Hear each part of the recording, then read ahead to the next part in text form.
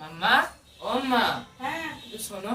বলছি তুমি সেই ক্যাপসিকাম দিয়ে যে চুনো মাছটা রান্না করো, আজকে করো না, খুব খেতে ইচ্ছা করছে। খাবি?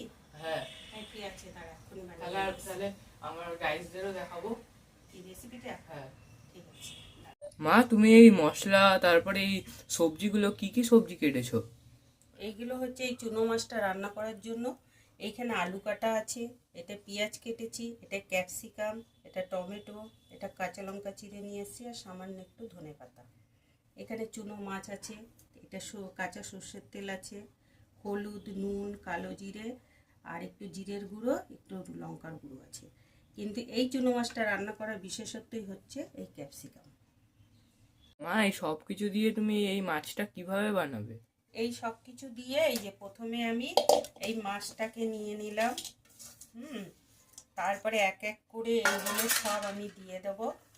এইগুলো সব মাছের মধ্যে দিয়ে দিলাম, দিয়ে এই মশলাগুলোও সব দিয়ে দেব, দিয়ে কিছুটা এই সর্ষের তেল দেবো। এটা একটু বেশি পরিমাণে সর্ষের তেল লাগে।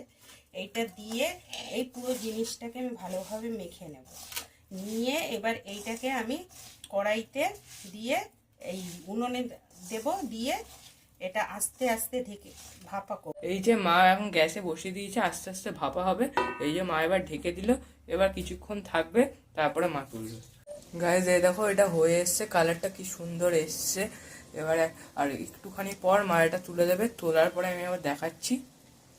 গাইজ, এই যে মায়ের রান্না হয়ে গেছে মাছটা। এটা খুব খেতে খুব টেস্টি হয়। এটা তোমরা একবার ঘরে ট্রাই করতে পারো।